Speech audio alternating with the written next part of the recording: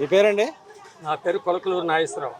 ఏమండి ఈ గవర్నమెంట్ వచ్చిన తర్వాత పరిపాలన సరిగ్గా లేదు, ఎక్కడ ఎవరికి మేలు జరగట్లేదు అని చెప్పి మాట్లాడుతూ ఉన్నారు. దాన్ని ఎలా చూస్తారంటారు?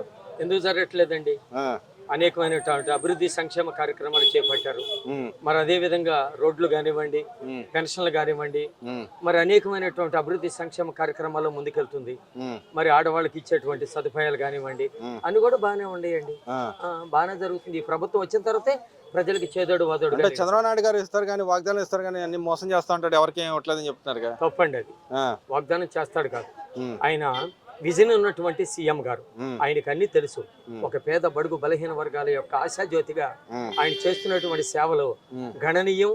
మరి వాళ్ళ డిప్యూటీ సీఎం కూడా రాముడికి లక్ష్మణుడు తోడు అన్నట్టు వారిద్దరు కలిసి పరిపాలన ముందుకు అందిస్తూ కూటమి ప్రభుత్వం ఇవాళ పేదవాడికే కాదు, ధనికుడికే కాదు, రైతన్నలకు కూడా చేయూతనిస్తూ ముందుకు సాగిపోతూ ఉంది ఈ కూటమి. అంటే మరి ఇక్కడ ఇవాళ చంద్రబాబు నాయుడు గారు మళ్ళీ రైతులకు పాస్ పుస్తకాలు ఇవ్వబోతున్నారు. దాన్ని కూడా వైసీపీ నాయకులు మాట్లాడుతున్నారు. మా టైంలోనే బాగుంది, ఇది ఏముంది దానికి దీనికి వేరియేషన్ ఉంది, ఒక అట్టాయిగా మార్చిందని చెప్పి మాట్లాడుతూ ఉన్నారు. లేదు సార్, నాకు పొలం ఉంది. నా పొలం కొలిసినప్పుడు వైఎస్ఆర్సీపీ గవర్నమెంట్ లో హద్దురాళ్ల మీద జగన్ గారి బొమ్మ, నాకు ఇచ్చినటువంటి పట్టాదారు పాస్ పుస్తకాల మీద జగన్ గారి బొమ్మ, వైఎస్ఆర్సీపీ సింబల్. నా తల్లిదండ్రులు పూర్వం నుంచి కష్టజీతంతో సంపాదించినటువంటి ఆస్తి నాకు ఇస్తే నా ఆస్తుల మీద, నా పట్టాదారు పాస్ పుస్తకాల మీద, నా బండ్ల మీద, నా పొలాలకు ఉన్నటువంటి హద్దురాళ్ల మీద ఆయన ఫోటో వేసుకున్నాడు. అది ఎంతవరకు కరెక్ట్ అండి? ఆ భూములు కూడా వాళ్ళు స్వాధీనం చేసుకున్నామని. అదే సార్, మాకు ఆయన టైంలో జరిగినటువంటి నష్టాన్ని ఈ రోజు బాబు గారు ఇచ్చేటువంటి పట్టాదారు పాస్ పుస్తకాల్లో సీఎం గారు కానివ్వండి, మా ఫోటో ఎవరీ లేవు. ఒక రైతన్న ఫోటో కంపల్సరిగా యాడ్ చేసి ప్రభుత్వ సింబల్ వేసి ఇచ్చాడే తప్ప బాబు గారి ఫోటో కూడా లేదు. ఇవాళ రైతన్నలు అందరూ కూడా క్షేమంగా హ్యాపీగా ఫీల్ అవుతున్నారు. కానీ రైతులు రావాల్సిన ఏ పథకాలు అందట్లేదంటగా, డబ్బులు కూడా ఇవ్వట్లేదంటగా. ఇస్తున్నారండి, నాకు ఇచ్చారు కదా. మోడీ గారితో కలుపు నాకు 8,000 అందినాయి. అంతకు ముందు 16,000 ఇచ్చారు. ఈ కూటమి వచ్చిన తర్వాత యూరియా గానీ, రైతన్నలకు ఇచ్చేటువంటి ఎరువులు గానీ, మందులు గానీ సకాలంలో అందుతున్నాయి. అంటే బ్లాక్ మార్కెట్ లో అమ్ముకుంటున్నారండి? లేదండి, తప్పది.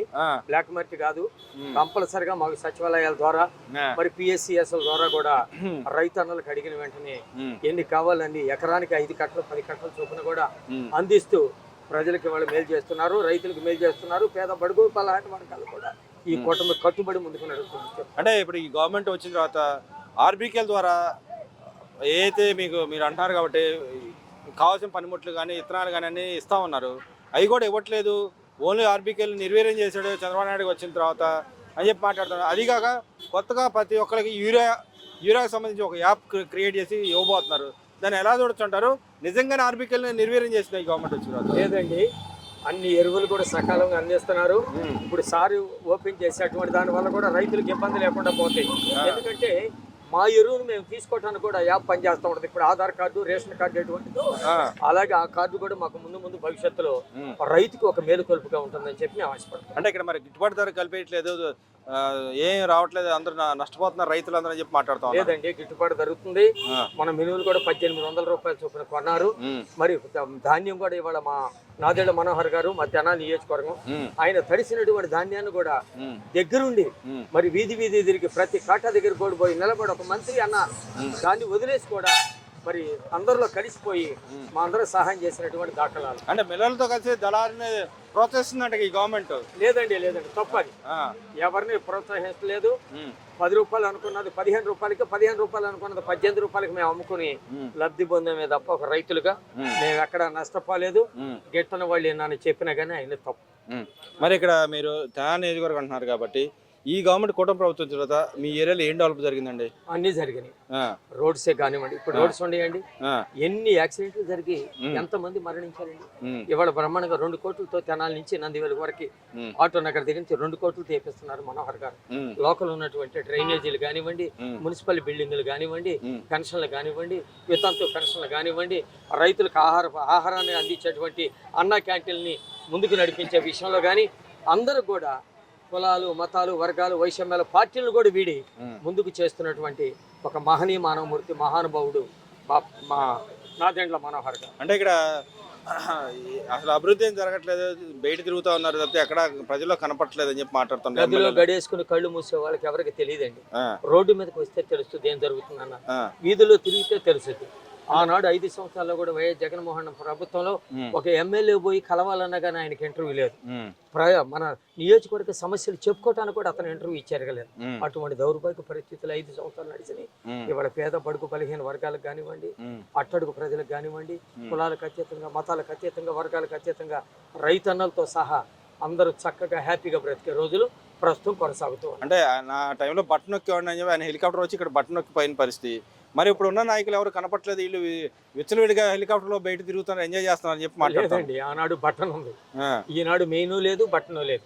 ప్రతి ఎమ్మెల్యే కూడా వీధి వీధికి తిరిగి సంక్షేమ కార్యక్రమాల్లో తలదూర్చి వాళ్ళకి కావలసినటువంటి ఆవశ్యకతలను తీర్చి మరి ప్రజలకి చేయూతనిచ్చేటువంటి వ్యక్తులుగా దగ్గరయ్యి నియోజకవర్గాన్ని మోడల్ విలేజ్లుగా దిద్దుకునే స్థాయిలో ఉండారే తప్ప ఏ ఎమ్మెల్యే కూడా ప్రజల దగ్గరకు దూరంగా ఉన్నాడు అనుకుంటాం. తప్పు తప్పు తప్పు.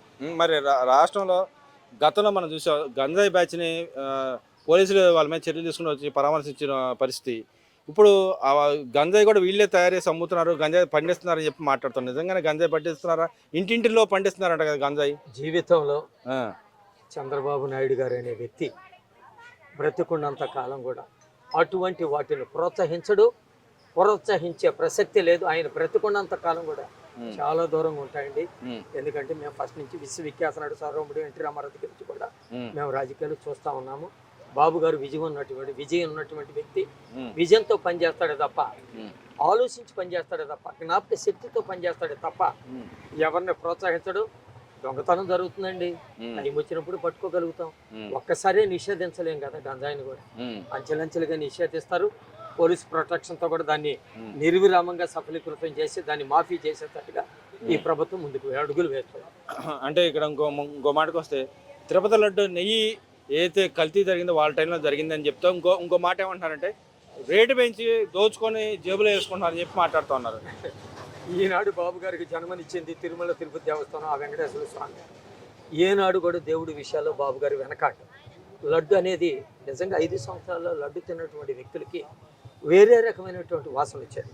ఇవాళ ఈ ప్రభుత్వం వచ్చిన తర్వాత ఒక నెయ్యి వాసనతో లడ్డు అమ్ముతున్నారు. అంతే తప్ప లడ్డూలను అడ్డం పెట్టుకుని రేట్లు పెంచడమో, తిరుమల తిరుపతి దేవస్థానాన్ని అడ్డం పెట్టుకుని డబ్బులు సంపాదించడమో అటువంటిది ఏమి లేదండి.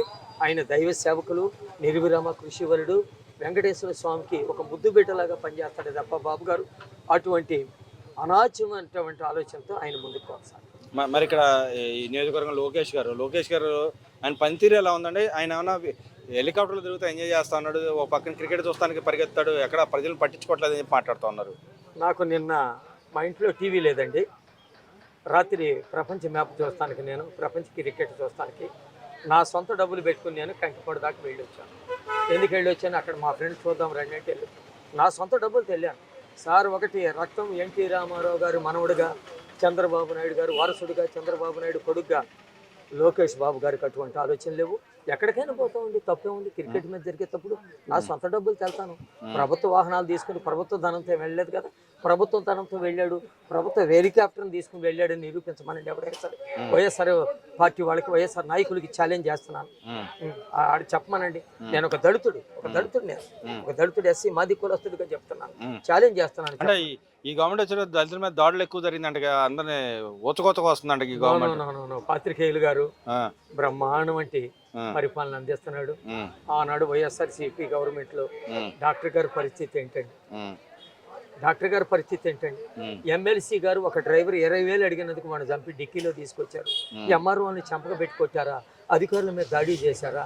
ఎన్ని మరణ హోమాలు చేశారు? ఎమ్మెల్యేల మీద కూడా, తెలుగుదేశం పార్టీలో ఉన్న ఎమ్మెల్యేల మీద కూడా పొలుగులతో దాడి చేశారు. ఆ ప్రభుత్వానికి ఈ ప్రభుత్వానికి నక్కకి నాగలోకి అనుకున్నటువంటి తేడా ఉందండి. అది ఎవరు కూడా విశ్వసించరు. తప్పనిసరిగా ఈ కూటమి ప్రభుత్వానికి ప్రజలు అండదండగా ఉంటారని చెప్పి. మరి ఇక్కడ రోజా గారు ఒక మాట మాట్లాడుతూ ఉంది, ఏదైతే ఈ కూటమి ప్రభుత్వం వచ్చిన మహిళలకు రక్షణ లేదు, జగన్మోహన్ రెడ్డి గారు గొప్ప మనిషి, మా మహిళలందరికీ అవకాశం కల్పించారు, మేము జగన్మోహన్ రెడ్డి గారు నాకు మంత్రి పదవి కూడా ఇచ్చారు మాట్లాడుతాను. నిజంగానే చంద్రబాబు నాయుడు గారికి ఆమె టీడీపీలో ఉండగా అసలు ఏమేమి పదవులు ఇవ్వలేదంటారా? మహిళలు ఎందుకు వెళ్ళలేదు మరి జగన్కి మహిళలు ఎందుకు వెళ్ళలేదండి? ఎక్కువ శాతం మొన్న జరిగినటువంటి ఎన్నికల్లో మహిళల ఓటింగ్ ఎక్కువ శాతం పోలైంది అనుకున్నప్పుడు ఈ కూటమి ప్రభుత్వం భయపడిందే తప్ప జగన్ భయపడలా. నాకని కానీ ఆ లేడీస్ కూడా 85-90% కూటమి ప్రభుత్వానికి వేశారు. ఎందుకు వేసారంటారు? ఎందుకు కారణం? వేశారు? ఇసుకెత్తిపోయారండి ఆడవాళ్ళు. ఉమ్, ఇష్టం వచ్చినట్టుగా రాజకీయ నాయకులు ఉమ్, ఆడవాళ్ళ మీద అసభ్యకరంగా ప్రవర్తించి, ఆడవాళ్ళు అంటే ఒక విలువలతో కూడినటువంటి ఒక స్త్రీగా గమనించకుండా వాళ్ళు ఏదో ఏ విధంగా పడితే ఆ విధంగా అరాచకానికి దిగజార్చి వాళ్ళు అసభ్యకరంగా మాట్లాడి పార్టీ పరంగా 5 సంవత్సరాల్లో కూడా ఆడవాళ్ళని చిత్రహింసలు చేశారు, అధికారులు చిత్రహింసలు చేశారు.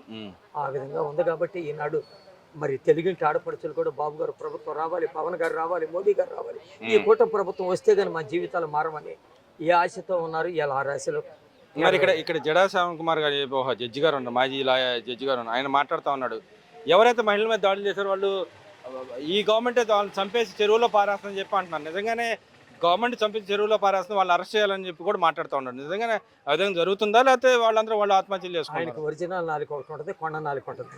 ఎప్పుడు ఒరిజినల్ నాలుకతో మాట్లాడాను.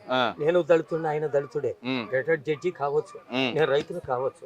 2 నాలుకలతో ఒరిజినల్ నాలుకతో మాట్లాడు, ఆయన కొండ నాలుకతో మాట్లాడుతున్నాడు. అదే 5 సంవత్సరాలు జగన్ ప్రభుత్వం ఉండగా జగన్ గారిని మాట్లాడిన మాటలు, ఆ ప్రభుత్వం విరుచుకుపడినటువంటి మాటలు ఎమ్మెల్యేల మీద, ఎంపీల మీద, రాజ్యసభ సభ్యుల మీద, ఎమ్మెల్సీల మీద వైఎస్ఆర్సీపీ నాయకులు ప్రతి వ్యక్తిని గ్రామ స్థాయి, మండల స్థాయి, జిల్లా స్థాయి, రాష్ట్ర స్థాయి నాయకులు కూడా విచ్చలవిడిగా తిట్టాడు.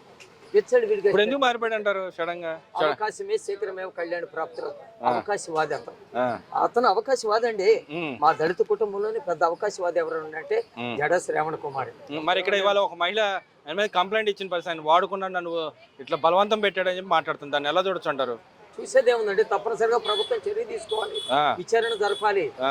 ఆయన ఎదుటి వ్యక్తిని గురించి ఆక్షేపించినప్పుడు, ఎదుటి వ్యక్తిని గురించి మాట్లాడినప్పుడు తన తప్పులు తను కూడా తెలుసుకోవాలి, తను ఏం చేస్తున్నాడో తెలుసుకోవాలి. మరి తను చేసిన తప్పులకి అంగీకరించే కదా ఒక లేడీ వాళ్ళు రోడ్డు ఎక్కింది. దాని మీద విచారణ జరిపి చంద్రబాబు నాయుడు గారు, రాష్ట్ర ప్రభుత్వం, పవన్ కళ్యాణ్ గారు అతని మీద తప్పనిసరిగా చర్యలు తీసుకోవాలి. అది యథార్థం అయితే తప్పనిసరిగా ఆ విధంగా ముందుకెళ్లాలని నేను ప్రభుత్వాన్ని కోరుతున్నాను. అంటే ఇక్కడ ఆయన గతంలో నాకు ఇన్ని ఓట్లు, ఇన్ని సీట్లు కావాలని అడిగాడు, ఇవ్వలేదనే కక్ష సాధింపుతోనే ఈ విధంగా గవర్నమెంట్ దుమ్మెత్తిపోస్తున్నాడు అంటారా? ఏమిస్తారండి? పార్టీ కార్యాలయం లేదు, పార్టీకి డోర్ నెంబరే లేదు. డోర్ నెంబర్ లేనివాడికి ఎన్ని సీట్లు అని ఇస్తారు? ఎవరు నమ్ముతారు? మా దళిత కుటుంబాలు ఆయన నమ్ముతారా? అవకాశవాదండి. మా దళితుల్ని, మాలామాదిగోళ్ళని, పేద బడుగు బలహీన వర్గాల వాళ్ళని, దళితులని అడ్డం పెట్టుకుని నేను మీకు నాయకుడు అని చెప్పుకుంటాడు తప్ప ఆ దళితులకి, ఆ పేద బడుగు బలహీన వర్గాల వరకు ఆయన చేసింది ఏమీ లేదు. అంతా శూన్యం. ఆయన చెప్పే మాటలు అపయథార్థం అండి, యథార్థాలు లేవు. మరి నెక్స్ట్ ఎలక్షన్ లో జగన్మోహన్ రెడ్డి గారు నేను 20 నేనే గెలుస్తాను, దళితులందరూ నా వెనకాల ఉన్నారు, పేద ప్రజలందరూ నా వెనకాల ఉన్నారని చెప్తుంది. నిజంగానే మీ దళితులు కానీ పేద ప్రజలందరూ ఆయన వెనకాల ఉన్నారంటారా? అది తప్పండి. ఇవాళ కూటమి ప్రభుత్వానికి కులాలు, మతాలు, వర్గాలు, వైషమ్యాలు అన్ని వీడి కూడా సంక్షేమమే ప్రాధాన్యతగా తీసుకుని మరి వాళ్ళ కూటమి ప్రభుత్వానికి కట్టుబడి ప్రజలు ముందుకు వెళుతూ ఉన్నారు. వాళ్ళకి కావాల్సినవి కూడా ఈ గవర్నమెంట్ సమకూరుస్తుంది. ఏమి తక్కువ అని చెప్పి ఎదుటి వాడిని కోరుకుంటారు సార్? జగన్ గారు అనే వ్యక్తి రాబోయే ఎన్నికల్లో శూన్యమే తప్ప అధికారం రావటం అనేది ఆ భగవంతుడి దృష్టిలో కూడా కళ. మరి పాదయాత్ర చేసి గెలుస్తా అని చెప్పి అంటున్నాడు, పాదయాత్ర చేస్తే గెలుస్తారంటారా? పాదయాత్ర నేను చేశానండి. పాదయాత్ర ఎవరైనా చేస్తారు. పాదయాత్ర వల్లే ప్రభుత్వాలు మారుతాయా? పాదయాత్ర వల్లే ప్రభుత్వాలు వస్తాయి. అంటే గతంలో దాన్ని పెట్టుకుని అధికారంలోకి వచ్చాడు ఆయన. రాజకీయం అనేది మారిపోతూ ఉంటది, ప్రజల ఆలోచన అనేది మారిపోతూ ఉంటది. సఫలీకృతంగా మారిపోయేటువంటి ప్రజలు ప్రతిదీ ఆలోచిస్తారు. పాదయాత్రలోకి ఎంటర్ అయినప్పుడే ప్రజలు ఆలోచిస్తారు. అంటే పాదయాత్రలు చేసి మళ్ళీ ఓట్లు వేయించుకుని ఎవరిని నాశనం చేద్దామని అన్న ఆలోచనతో వస్తారు తప్ప ఆయన గెలవటం అనేది కాదండి.